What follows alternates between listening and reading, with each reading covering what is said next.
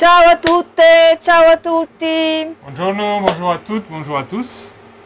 Eh bien, bienvenue à nouveau dans la cuisine de Marina Miroglio, en Paris, dans le centre de Paris. Voilà, donc on est en France, mais on est suivi par Internet d'Italie, même en dehors de l'Italie et de la France. Oui, un petit peu partout dans le monde. Voilà, on est internationaux. Alors, aujourd'hui, avec Pietro Edoardo, si. C'était pas prévu ça. En réalité, je voulais faire le poulpe, la salade de poulpe avec les pommes de terre tièdes. C'était ça qui était prévu. Mais Pierre-Edouard. Tu le feras une autre fois? Ouais, je vais le faire une autre fois parce que j'adore ça. C'est simple, c'est bon, c'est délicieux. Une salade di polpo con le patate tiepide. Mais Pierre-Edouard, il est arrivé avant-hier avec, comme toutes les semaines, avec le sac, avec les légumes. Les légumes bio de voilà. la nappe, de la ferme de Marconville dans laquelle on a un contrat. Voilà, pour la vie. On récupère des légumes bio qui sont excellents. Et donc, il arrive et dans le sac, il y a une chose bizarre. Qu'on lui a dit que c'était un chou. Et il me dit, mais c'est normal, tu crois que c'est un chou ça? Mais non, c'est un chou ou une salade, ça ressemble un peu aux deux. Et donc, qu'est-ce que c'est, Marina? Donc je dis, mais ça c'est une merveille de la nature. C'est il radicchio.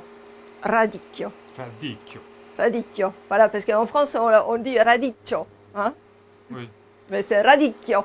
Avec le K, je sais. Et donc, bon, il était à moitié. Et du coup, je me suis dit, je vais faire un risotto avec le radicchio. Et je voulais faire le risotto à la Trevisana, donc de Trévise. Et je me suis dit, même si celui-là, c'est celui de Chioggia, et je vous expliquerai pourquoi, que la différence. Du coup, il est parti à l'aventure, à la chasse du radicchio de Trévise pour faire le risotto à la Trevisana. Voilà. Et il a réussi. Alors, on a ramené des petites merveilles là, des jolis radicchio. Radicchio. Voilà, alors déjà vous voyez la différence. Le radicchio de Trévise, il est ovale. Ouais, on dirait un œuf ou un cœur. On aime bien dire que c'est un cœur. Là c'est un peu coupé, mais j'avais enlevé des feuilles pour déjà me préparer à l'avance. Voilà, et celui-là, il est rond, donc c'est une boule. Et c'est celui de Chioggia, donc je le retourne, voilà. Bon, il a un peu souffert de mon travail à la cuisine, donc il est rond. Et évidemment, Treviso et Chioggia sont des villes italiennes. Et ce sont des villes italiennes en Vénétie, donc Vénétie où il y a Venise, donc c'est je le fais dans votre sens, c'est le nord-est de l'Italie. Et le radicchio se cultive essentiellement en Vénétie. Tout à fait, dans le nord-est de l'Italie. Ouais. Et on l'appelle également l'or rouge de Vénétie. Exact. Radicchio. Exact, parce que il y a une telle travail pour arriver à ce résultat, parce qu'au départ, c'est comment ça s'appelle déjà ça? C'est une endive. Endive, voilà, endive, c'est une endive. Et l'endive vient de la chicorée sauvage. Donc, je voulais vous dire aussi le nom latin, mais je n'arrive pas à le mémoriser. Chicorum. Chicorum. Voilà, c'est le Vaticum. Radicum. Non, c'est pas ça. Mais vous le trouverez toujours, toutes les vidéos sur YouTube, on met la recette et tout ce qui manque, qu'on a oublié ou on s'est trompé, tout sera expliqué. Tout à fait. Donc, du coup, aujourd'hui, on va faire un risotto Oui, mais alors, je n'ai pas fini mon histoire. Non, mais du coup, je vais peut-être commencer à... Ah oui. Parce que voilà, là, on voit l'assistant. Alors, pendant que lui, il fait son risotto, voilà, moi, je continuerai à vous expliquer les différences, les histoires, etc. Alors, pour le risotto, il faut un bouillon végétal. Donc, on rappelle un peu de quoi est fait le bouillon, rapidement. Yes. Alors, le bouillon, moi, j'ai mis uniquement de l'échalote, de l'oignon et du céleri. Je n'ai pas mis la carotte parce que la sensation que la carotte, je la sens dans le risotto. Et moi, je ne vais pas sentir la carotte, je vais vraiment sentir le goût du radicchio. Et voilà, donc je l'ai fait. Et du persil, pardon, du persil. Persil plat. Les pâtes, les tiges. Est-ce que tu rajoutes un petit cube éventuellement Alors, non, parce que bon, il a effectivement une couleur qui pourrait faire imaginer qu'il y a un cube. Non, parce qu'il ne faut pas la viande. Voilà. On peut mettre un cube végétal si vous voulez. Un cube de légumes. Oui, un cube de légumes, qui est plus bio, pratique etc. Si vous manque des ingrédients. Exactement. Très bien. Donc, une demi-heure, c'est fait, c'est bon. Oui, alors, échalote, il soffritto. Donc, vous savez, en Italie, on démarre toujours par un soffritto avec des goûts. Et là, c'est que l'échalote. Donc le soffritto, c'est faire revenir un petit peu l'échalote dans une matière grasse. Okay. Et dans ce cas, c'est à l'envers des recettes qui ont la base d'huile. C'est que là, c'est juste un voile d'huile à peine comme ça mais c'est surtout beaucoup de beurre. Là, on est dans le nord, c'est le beurre. Je vais commencer par couper cette petite échalote. Oui, voilà. Donc là, tu as les armes. Ça marche. Tu choisis laquelle tu veux. Donc, je continue. Ça t'embête ça, je te le prends. S'il te plaît. Je te le mets là. Merci à toi. Voilà. Alors, je continue. Donc, chicorée sauvage. Celui-là, je me rappelle. C'est de l'endive. Endive. Donc, la chicorée sauvage a donné l'endive. En France, on trouve l'endive rouge. Du coup, vous voyez que ça ressemble beaucoup comme couleur, comme forme, le blanc. Effectivement, pour l'obtenir, il faut une technique qui est la technique du blanchiment, qui n'est pas le blanchiment d'argent.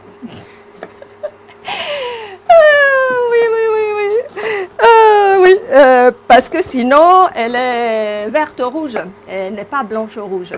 Alors, l'histoire, c'est que cette chicorée existait déjà au 1er siècle, je ne sais plus si avant ou après Jésus-Christ. Et c'était Pline l'Ancien qui en parlait dans son encyclopédie Naturalis, parce que c'était très bon pour la santé. Déjà à l'époque, il savait que c'était très très très bon pour la santé. Donc, lui, il en parle. Et on l'a évidemment dans son texte, c'est écrit. Donc ça existait. Après, donc ça fait 2000 ans que ça existe, quelque chose comme ça, mais on ne sait pas exactement la couleur. Après, en 1400, on sait, parce que c'est pareil, ça a été écrit, qu'il y a plusieurs régions en Italie qui ont radicchio, en tout cas quelque chose qui ressemble à ça.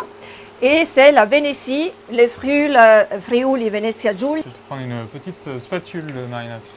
Spatule. Si non, tu veux celle-là? Ouais. Merci beaucoup. Ok. Ah, voilà. Alors. Tiens, viens ici. On continue après la séquence histoire. Regarde. Viens ici avec la casserole. La taille. Ok, toi tu l'as émincé plus fin du coup. Oui. Je l'ai fait un petit peu plus grossier. Oui. Allez, on balance tout dedans. Non, on enlève ça. Parce que c'est plus gros que le riz. Et ça, c'est interdit. Ça va pas du tout. Interdit, interdit. Alors, on recommence. Ouais, Ça on marche. enlève et on met celui-là. Est-ce que tu peux me passer une petite assiette, s'il te plaît? Une petite assiette, oui. Oui, une petite assiette, une grosse assiette, une moyenne assiette, je ne sais pas. Allez. Après le découpage, hein, c'est un peu comme vous voulez. Ah mais non. Si vous voulez suivre les recettes de Marina, vous faites Non. comme elle dit. Alors, Après à la maison, c'est une autre chose. oui, parce que je ne peux pas venir vérifier ce que vous faites. Encore que je pourrais venir vérifier. Non, c'est que, alors, pourquoi on est si dur avec... Ah, et le beurre, il n'y avait pas le beurre. Ouais, j'avais commencé avec un peu d'huile d'olive. Alors, on refait l'histoire. Ok. Parce que quand je parle, je suis distraite. Alors, tu peux mettre même un peu plus là, parce que c'est à l'envers, comme je dis. C'est plus de beurre que d'huile, et donc plus. Ça marche. Plus. On est dans le nord, il y a beaucoup de beurre. Parfait. Donc, tu ne le fais pas brûler. Et tiens, tu veux te mettre là, comme ça je te surveille mieux. Voilà, je jette l'œil. Super. Très bien. Donc, je te le repose. Il ne faut pas qu'il crame, mais bon, ça c'est le problème de cette plaque. Alors, une minute sur la plaque. Cette plaque, elle n'est pas seulement pas facile à régler. Et tu utilises le mien? D'accord, j'en recoupe pas une. Non, c'est bon. Allez, ça marche. Voilà. Bon. Cette plaque, pas seulement elle est problématique pour la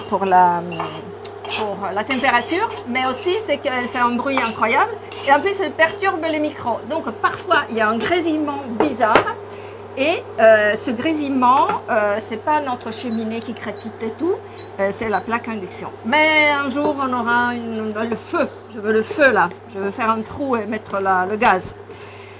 Donc, là, c'est bien parce que ça rissole, mais très, très doucement. Je ne sais pas si on le voit. On le voit? Bon, ben là. Oui, voilà, ça ne doit pas être plus que ça. C'est très délicat. Ça ne doit pas dorer. C'est pas du tout le rissolage, le rissolement. Je sais pas comment on dit. Rissolage di soffritto pour les viandes, etc. C'est un truc délicat. Et là, on met le riz. Très bien. Le riz, on le fait perler. Est-ce que c'est du riz Carnaroli? Alors, oui, voilà. Carnaroli. Parce que pour les risottos, il y a Carnaroli, Vialone Nano, Arborio. Bon, il y a des riz... Attends, j'en perds mon tablier. Ah, oui, il est en train de se déshabiller. C'est la version sexy de la vidéo. Pas prévu. Voilà. Bon, allez, je le sauve. C'est gentil, Marina. Je vais lui faire un nœud. Là, c'est bizarre. Bon, là aussi, si on a un sponsor qui nous offre des tabliers qui ne tombent pas pendant la cuisson, ouais. C'est un peu l'aventure, hein, la cuisine. Ouais, c'est ça. Bon, si ça tombe à nouveau, je vais te sauver. C'est gentil, merci à toi. Ouais, donc. Alors du coup, on fait rissoler un peu le riz. Oui, on le fait. Non, alors perler, c'est important parce que rissoler, ça va être trop sec. Là, c'est juste perler pour avoir une transparence, une jolie transparence. Il faut pas que ça grille. Ouais. Il faut pas que ça grille. Et du coup, c'est un riz qu'on appelle perle rare. Alors, c'est il re dei risotti, c'est le roi, il re dei risi, effectivement, c'est celui qui est considéré le meilleur, encore que, bon, tous les autres sont super bons, mais lui, il est dans la catégorie super fino, c'est la plus haute, et par rapport à l'arbor, et après, bon, non, voilà. On tourne. Ouais, Ok. Donc, il est un peu plus dodu, un peu plus rond par rapport à l'arborio. Il a un peu plus d'amidon. Il tient mieux, comment dire, al dente. C'est pas al dente. Il tient mieux la cuisson. Voilà. Ok, parfait. Alors, maintenant, on baisse. Touche pas les plaques. Parce qu'elle ne doit pas griller. D'accord, ça marche. Voilà. C'est juste pour que ça aille un peu vite parce que oui. Du coup, maintenant, parfois on est un peu limité par le temps. Oui, alors, oui, non, mais l'histoire, c'est qu'il ne faut pas l'abîmer. Il me sent, moi je veux 60. Voilà, ça c'est l'éternelle lutte entre les hommes et les femmes. Même en cuisine. Alors, maintenant, à la limite, tu peux... Donc, on le laisse, on continue à le faire grilloter ou on rajoute du bouillon Alors, on rajoute du... Non, alors... Ou du radicchio, ou à quel moment on rajoute le radicchio? Il y a plusieurs écoles de pensée. Soit vous le mettez maintenant... Attends, parce que j'ai peur que... Soit vous le mettez maintenant, mais il devient tout noir. Alors, je ne sais pas si vous voyez, là, il est foncé. Ça se voit? Ouais, yes, ça se voit. Il est très coloré, il est coloré rouge, donc du coup... Oui, et voilà, ce rouge-violet. Soit vous le mettez au départ, mais là, il va griller. Non, attends, hop, il faut éteindre. Hop. On n'a plus la musique. Hein. Soit vous le mettez à moitié, mais il va de toute façon devenir noir, marron, violet foncé. Il va brunir. Sinon, brunir, voilà. Ou sinon, vous le mettez à la fin. Donc, ça dépend. Si vous voulez plus cuit, plus fondu, plus présent ou tout violet. Et tout violet, ça veut dire au moment où vous le mettez dans l'assiette. Parce que dès qu'il sent la chaleur, ben lui, il brunit. Oui. Voilà. Alors, là, il y a deux versions. Donc, tu vas choisir.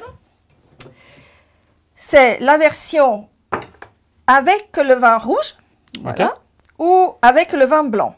Très évidemment, celle-là avec le vin rouge, elle est plus colorée, plus photogénique, plus instagrammable, comme on dit maintenant. Ou pas, c'est très joli, c'est un peu doré de ce côté-là, un peu rouge de l'autre. Ouais.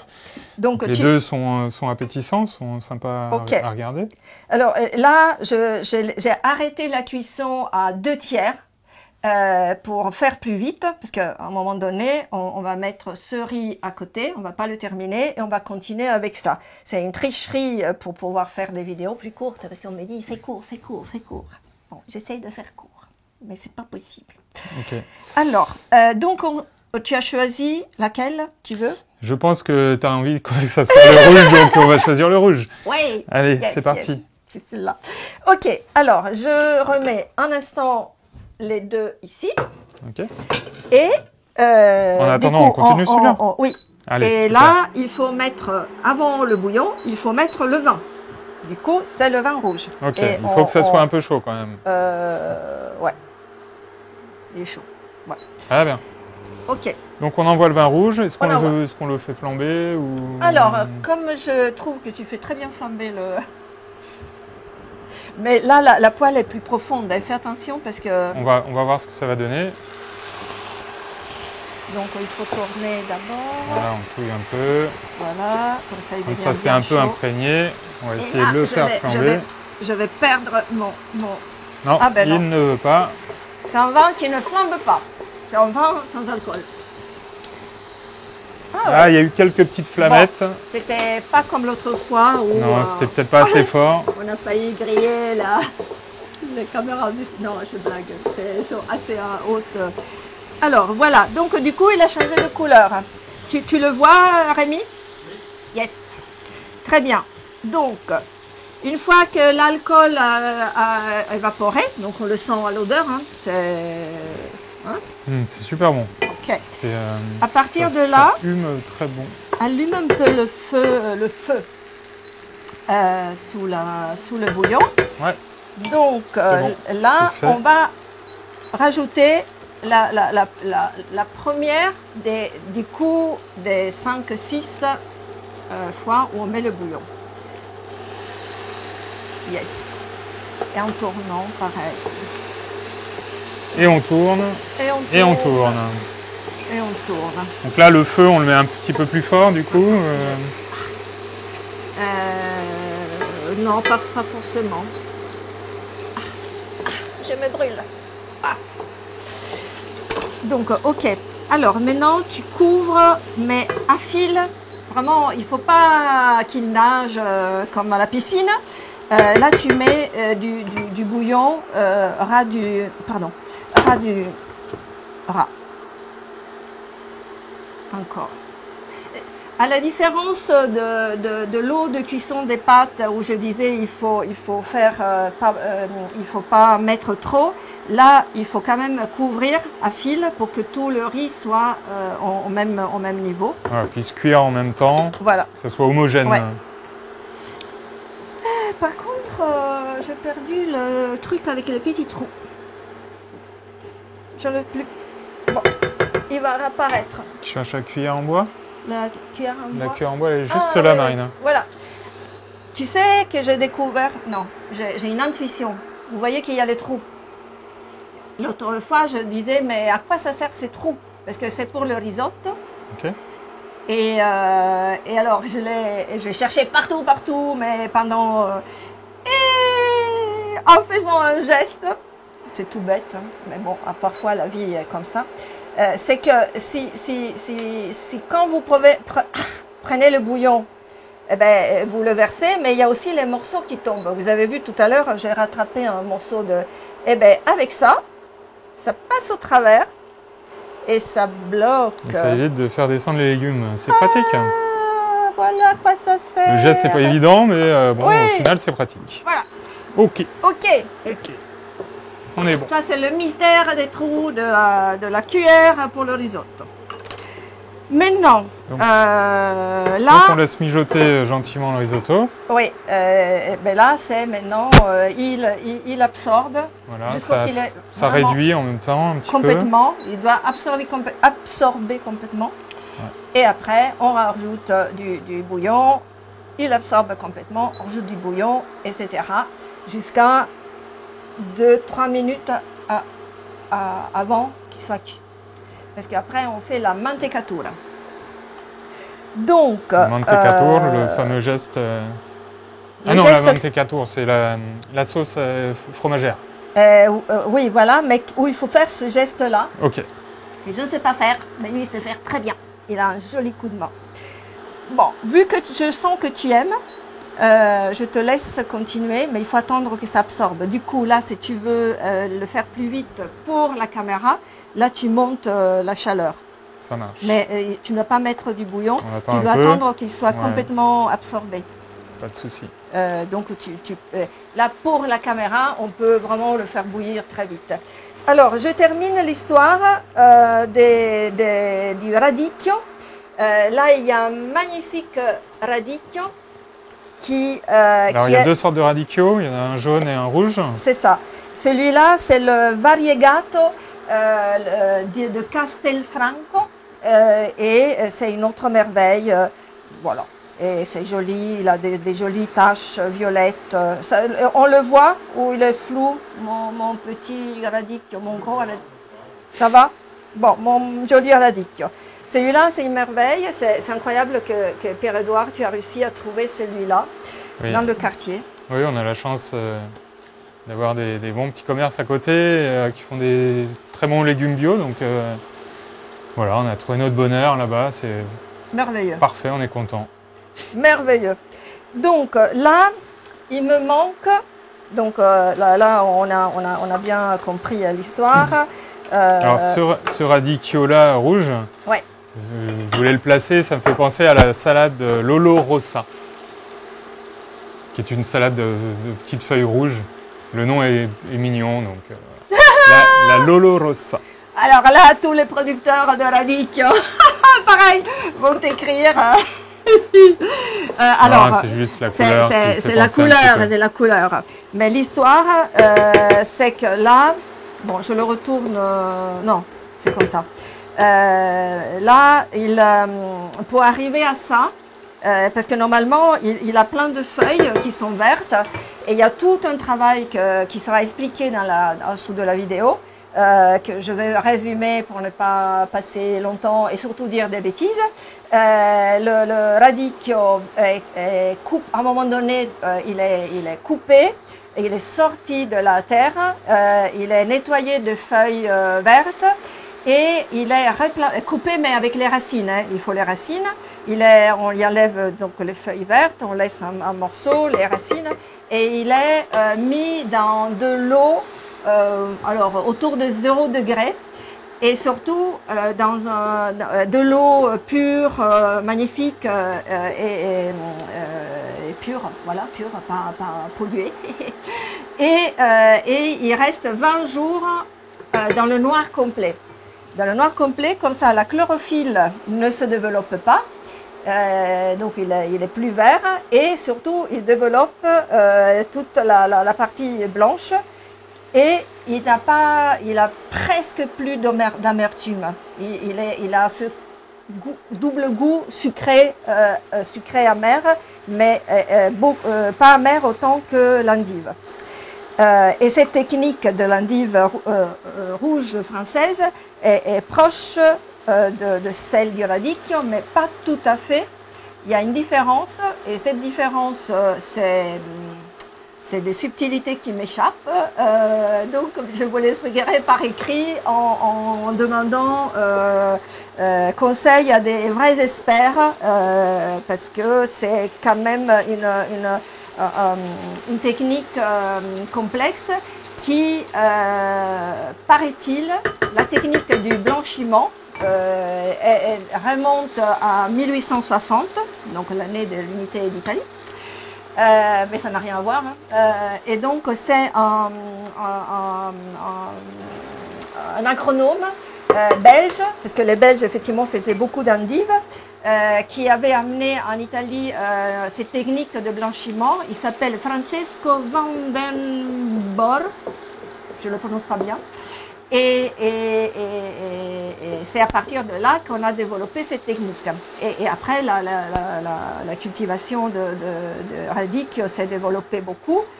Donc le Vénétie, Friuli Venezia Giulia, Trentino, c'est donc le nord-est italien. Et c'est surtout là, celui de Treviso, c'est juste au nord de Venise. Donc il y a Venise. Juste au nord, il y a Treviso, donc celle-là.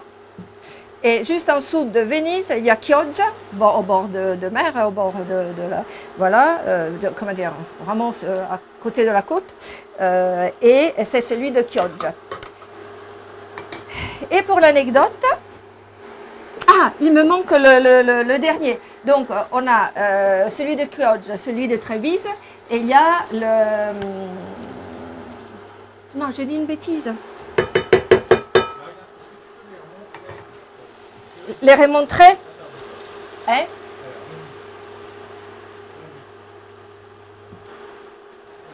Comme ça?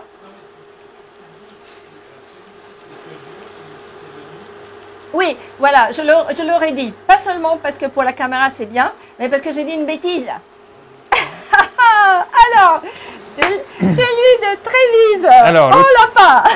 Celui de Treviso. On fait le risotto à la trevigiana, mais on n'a pas. Parce que c'est celui qui est très allongé, très très long, le double de ça, et qui fait des uncini. Il fait des spirales, il est magnifique. Mais celui-là, on ne l'a pas trouvé. Okay. Donc voilà, il est un peu plus fermé comme ça. Voilà, c'est une forme très esthétique, très graphique, très bien pour faire des dressages magnifiques. Voilà. Et c'est celui-là qu'on utilise, celui de Vérone. Mais si tout ça c'est faux, vous le trouverez en bas de la vidéo. Et je vais me faire tuer pour les producteurs de radicchio. Excusez-moi, la prochaine fois, vous allez intervenir parce qu'on fait des directs par Zoom. Donc vous allez être chez vous en Italie.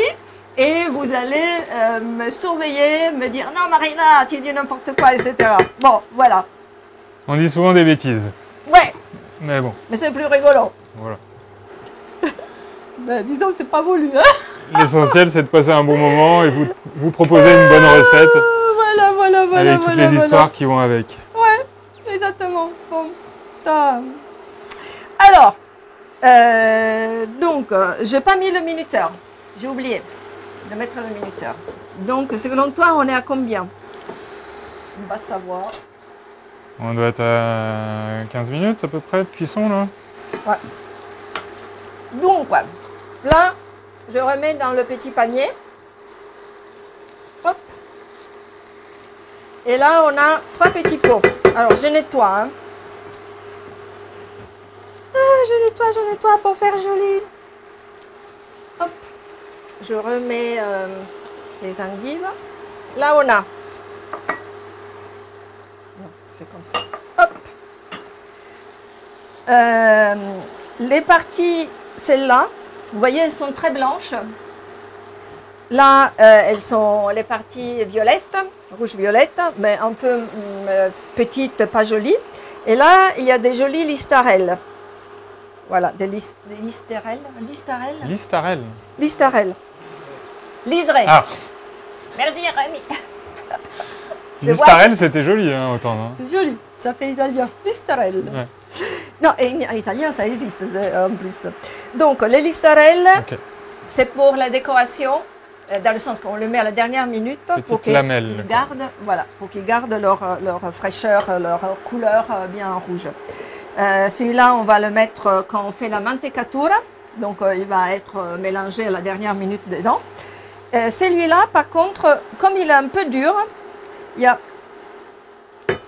Tiens, tu veux goûter? Merci, c'est gentil. C'est bon. Parce qu'on le mange cru ou cuit, ça. Ouais, c'est bon. Les deux. Celui-là, soit vous aimez, il y a un truc croquant, donc vous pouvez le faire aussi plus petit, comme vous voulez. Sinon, vous faites ça. Bon, il n'est pas beau, voilà. Il a un drôle d'aspect, parce que il a refroidi entre-temps. J'ai fait tout simplement rissoler un petit peu, mais pas trop, hein. Les parties blanches, donc les plus dures, dans du beurre avec un peu d'échalote, tout simplement. En sachant que, comme là aussi, on ne jette rien, parce que tout est bon, cette partie centrale, je ne sais pas si tu la vois. Ah, on peut couvrir pour que ça aille un peu plus vite, non? Si tu veux, oui. Okay. Tu remets un fil de bouillon. Ça marche. Quand il est bien absorbé comme ça, on recouvre à fil, pas trop, juste à fil pour que tout soit enrobé d'eau. Ah, c'est beau ça. Vous avez vu le geste? Tu l'as vu, Rémi? Oui. Ah là là, et voilà. C'est tout simple en fait. Hein, mais ouais, il fallait y penser, c'est incroyable. Alors, cette partie-là, en bonne position. Cette partie-là aussi, on la mange. On enlève juste la partie dure externe. Mais il faut la faire un peu rissoler parce qu'elle est un peu plus dure. Celle-là, la blanche des feuilles, vous avez le choix entre la faire rissoler ou la laisser craquante comme ça, fraîche. Et ce nom-là, je crois que c'est torsolino, mais je ne me rappelle plus exactement. Il a un nom, comment on dit, un trognon, torsolino, chose comme ça. Donc, ouais, on dit que c'est cuit. Alors, il faut savoir que cette salade, donc la variegata de Castelfranco, mais peut-être que je l'ai déjà dit, elle était dans un tableau du 18e, je crois. Ça, pareil, on l'écrira en dessous. Tu nous l'avais dit en fait hors caméra, je crois. Ah oui, voilà, j'ai dit hors caméra. C'est une scène avec une table et il y a la salade. Donc on pense que c'est vraiment celle-là. Donc ouais, on est arrivé à là on peut mettre ça dedans. Donc ça c'est les parties blanches que j'ai fait revenir dans le beurre. D'accord. Il y a beaucoup de beurre dans cette recette. Ok. Après, on va mettre cela, donc les parties blanches des feuilles. J'y vais? Ah oui, je t'en prie. Yes. Et vous verrez qu'elles changent de couleur. Bon, elles sont coupées en la va-vite parce que de toute façon, elles vont toutes Et tourne bien. Oui, j'ai laissé en surface pour qu'on les voit changer de couleur. Mais... Ah ouais. Ah ouais. Après, s'il faut tourner, Pour je tourne. pincer tout ça. Exact. Absolument. Ok, alors, est-ce qu'on dit que c'est presque bon? Ouais, presque. Maintenant, on dit qu'on va faire la mantecatura. Ouais. Alors, elle doit prendre quelle couleur, en fait, Marina? Comment? Elle doit prendre quelle couleur? Quand tu dis qu'elle change de couleur, ben là, déjà, elles perdent leur... oui, elles deviennent un peu violet foncé, un peu... comme ça. Un peu marron. Ok, elles brunissent un peu, quoi. Ouais, mais elles sont bonnes, hein. Si on aime la touche d'amertume, elles sont bonnes. Ok, parfait. Maintenant, très bien. Mantecatura. Du beurre. Du parmigiano reggiano. Ça, on l'incorpore directement dans le riz, on la fait à côté pour faire une petite sauce à côté et après on la met, ou on met tout directement et... Ouais. Dis-nous tout, La Marina. mantecatura. Il y a une seule manière de faire la mantecatura. Vous éteignez le feu. D'ailleurs, pour être sûr que c'est clair, parce que parfois on prend la vidéo en route et on voit le faire sur la gazinière, et, bon, bref, le truc chaud. Ouais, mais on ne voit pas que c'est éteint. Donc on va le faire ici. Donc je vais te laisser la place. Ouais. Je vais te laisser la place.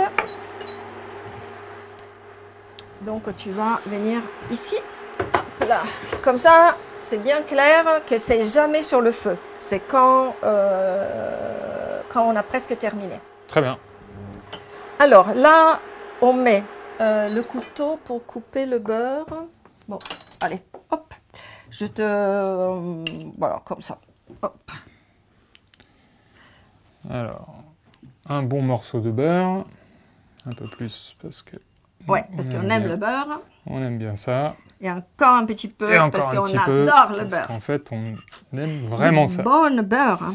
Attention, avec des vraies vaches. Qui, elles aussi, courent dans les prairies. C'est ça, et voilà. Qui font meumeux. Et qui font meumeux. Okay. Alors, là, il y a deux manières de faire. Soit vous faites ça, alors beaucoup de parmigiano, ou de grana padano, parce que le grana padano est aussi bon. Hein. Alors, il y a deux, mais on ne peut pas l'appeler parmigiano parce qu'elle est dans la padana, dans la pianura padana, dans la plaine du Pô. Et donc, elle ne peut pas avoir le nom du parmigiano reggiano. Alors, deux écoles de pensée. Soit vous le mettez, vous le couvrez, vous attendez religieusement 1 minute et après vous tournez. Soit vous tournez tout de suite. Voilà. Et nous, on tourne tout de suite. Allons-y. Ok. Bon, là, pour le coup, on a attendu un petit peu, mais... Oui, on a entre deux. On a fait entre deux. Pour être un peu équilibré. Et donc là, est-ce que vous voyez que maintenant, les graines de riz, les kikili sont enrobées, évidemment, parce qu'il y a le beurre et le fromage. Et là, une fois que tu as fait ça, parfait, je te fais faire... gentiment, doucement. Là, parce qu'il y a la mantecatura, ou mantecatura all'onda. All'onda, ça veut dire que ça fait une vague. Pour faire une vague, il faut que ça soit un peu plus liquide. Mais moi, j'ai pas envie que ça soit plus liquide, parce que pour faire plus liquide, il faut rajouter du bouillon. Et j'ai plus envie de rajouter du bouillon. J'ai envie que, allez, hop, ok. Hop. Et maintenant. Et ça colle à la poêle. Ouais, ça colle. Et ça colle. C'est pas facile. Ouais, je sens que je vais en mettre partout. Ok. Alors, on va le diluer un petit peu. On va le diluer pour que ça soit plus fluide. Oui, parce que c'est vrai que avec les spaghettis, la sauce est plus liquide, c'est moins collant. Voilà, stop, parce que après ça va être... Et avec le riz, pour le faire, il faut que ce soit un peu plus liquide, sinon ça, voilà. Mais j'insiste, ma grand-mère n'a jamais fait comme ça la mantecatura, elle la faisait comme ça, tout simplement. Voilà, parfait. Alors, On va voir si maintenant... Et là, est-ce que ça va mieux réussir? Ouais. Et ça colle toujours. Ouais. Ça fait des petites vagues. Alors, il y a une autre technique pour le riz. Parce que ça, cette poêle est bien pour les pâtes. Non, ça colle trop bien. Ok. C'est d'avoir une poêle très haute. Et c'est elle qu'on donne des coups, mais les plus étroites et hautes. Parce que là aussi, il y a deux écoles de pensée. Celle-là qui est plus facile pour les vidéos, les photos et tout, où j'aime. Alors, j'aime bien, je vois que tu devais faire des châteaux de sable. J'étais très fort en château de sable. Ça, c'est pas ça. Non, c'est pour un peu tricher, c'est comme si j'avais réussi le geste. Voilà. Okay. Bon, le château de sable, c'est bien. Mais en tout cas, c'est bien. Maintenant, on met celle qui est pas jolie. Je te la jette. Vas-y. Tu vois, Rémi? Non, on va le mettre là. Oui. Ok. Hop. Et là, tu tournes. Tu mélanges. Super. Très bien. Donc ça, c'est pour que ça soit peu moins cuit et que ça reste un peu croquant. C'est ça, exact. Okay. Par rapport à l'autre. Alors, on va utiliser celle-là. Donc là encore, alors, on peut même faire les châteaux de sable, mais en réalité, on ne doit pas... Alors, je vous montre juste. Il ne faut pas faire ça. Ah non, il ne faut pas l'écraser, hein, le riz. Surtout pas. Oui, mais on croit que tu écrases. Il faut tourner. Tourner comme ça. Ça se voit? Ok, parfait. Et pas comme ça. Voilà. Même si c'est plus joli comme ça. Ouais, voilà. Allez, c'est ça pour marche. le geste. Ok, parfait. Maintenant,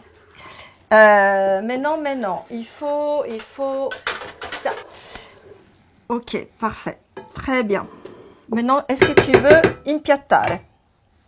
Yes. Alors, petit dressage.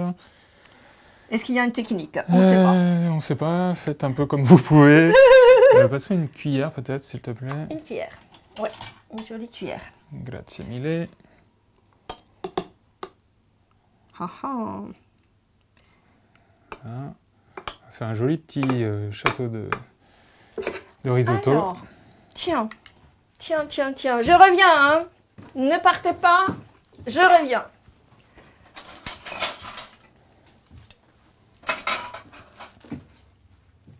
Parce que je vois l'idée. Alors. Voilà, c'est plutôt une tourelle qu'un château. C'est super. Est-ce que tu veux parsemer avec... Allez. Ah, attends. D'abord, un peu de parmigiano. Voilà. Bien.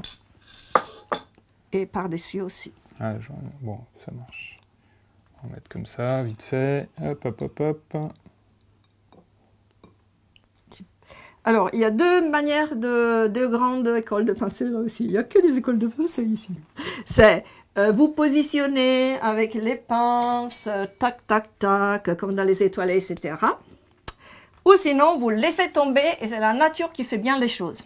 On jette et ça marche. Sinon, on aurait pu le couper encore en petits morceaux, éventuellement. Ouais. Alors, là, il y a une et maintenant, tu peux faire la même chose, mais en remplissant ça. Ouais, très bien. Comme ça fait, voilà, ça fait que ça reste... Ça, c'est plus comme dans les restos, au moins. Ouais. Il n'y a pas de débordement. Ouais. Enfin, presque. et c'est comme ça, hein. Alors, j'insiste, je leur ai dit, il y aura une chef italienne de Paris, une super chef, qui va venir régulièrement m'aider à m'apprendre les techniques de dressage, mais des techniques équivalentes aux étoilés. Et c'est Alessandro Livi. Et donc, après, ce serait fantastique. Alors maintenant, on va essayer. Ouais, il faut que ça se tasse un petit peu. Je te laisse le... Alors, deux possibilités. Ça, il tient, ça, il s'écroule. Et ça. Le problème, c'est qu'il ne faut pas écraser le riz, mais il faut que ça tienne. Oui, ça tient. Olé. Fantastique. Alors, je peux faire ma technique du jetage. Alors, oui, je voulais juste le découper un tout petit peu. Attends, on va mettre Découper l'assiette pour que ça soit... Je te propose Alors, juste une variante. moi, c'est je jette et ça tombe où ça tombe. Et voilà. Et voilà. Allez, hop. Après, évidemment, quand vous le mangez, eh bien, vous mélangez tout. Hein. Ah oui, tu fais un petit haché un petit... Voilà. Ouais. Très bien. Un petit haché de radicchio. Radicchio. Radicchio, tout à fait. Et puis, Yes. ça tient ou pas. Super. Ah, j'ai oublié le parmigiano dans le mien. Ok. Voilà. Très bien. Magnifique. Alors, lequel on mange? Le tien, parce qu'il est plus bon. Bah, les deux ont l'air délicieux.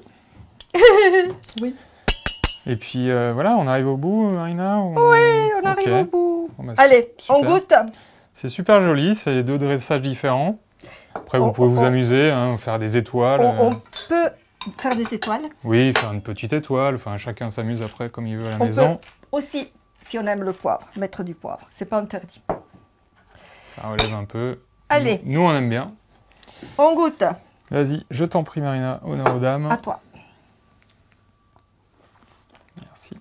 C'est bon, c'est bon, c'est bon. C'est plein de souvenirs pour moi. C'est bon. C'est bon, hein? C'est excellent. Ouais. C'est vraiment excellent. Ah, c'est une super recette. Bravo. C'est une découverte, non? Moi, j'adore.